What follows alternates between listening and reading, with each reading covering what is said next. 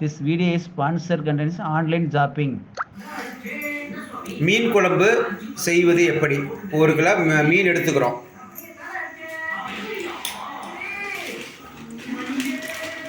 ஒரு மீன் இப்போ எடுத்துக்கிட்டோம். என்ன பண்ணுறோம்? எண்ணெய் அடுப்பு பற்ற வைக்கிறோம். பற்ற வச்சு எண்ணெய் ஊற்றுறோம்.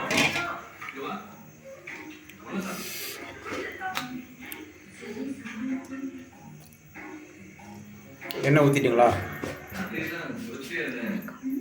எண்ணெய் காயிட்டும் காயின்னு இப்போ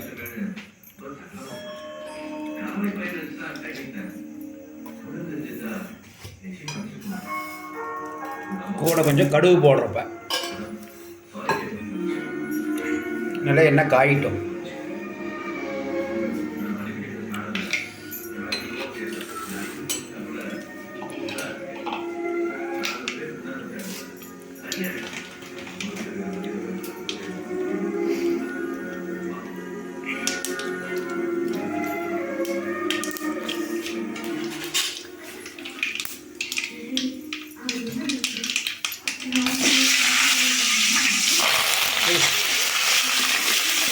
கருவேப்பிலை கொஞ்சம் போட்டிருக்கோம்.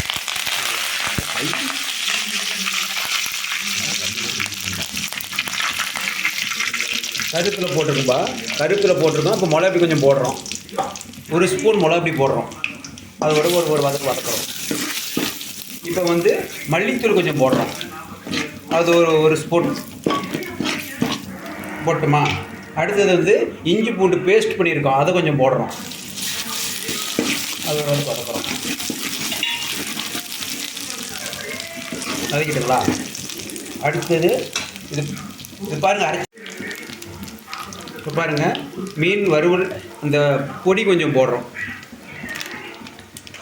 மீடியமான அளவு, தேவையான அளவு போட்டுங்களா? இப்போ பாருங்கள், இந்த கடலை தேங்காய் அரைச்சி வச்சுருக்கோம்.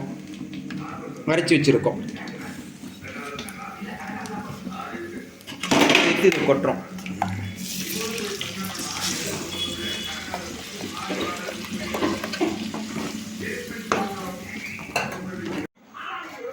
பாருங்கள், கடலத்தேங்காய் அரைச்சி ஊற்றிருக்கிறோம்.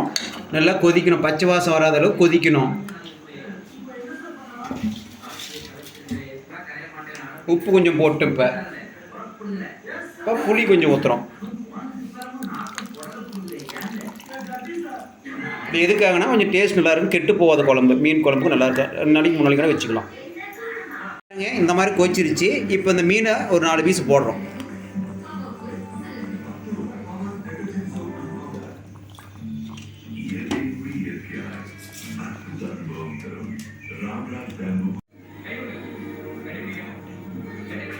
இப்போ பாருங்கள், கொச்சிட்டு இருந்துச்சுல்ல, அதில் மீனை போட்டோம். இப்போ போட்டு நல்லா எடுத்து இங்கே வச்சுருக்கோம் பாருங்கள். ஆனால் செஞ்சு பாருங்கள், டேஸ்ட் நல்லாயிருக்கும். அதிக நேரம் விடக்கூடாது, ஏன்னா நல்லா இதாயிரும். இப்போ சுவையான மீன் குழம்பு ரெடி.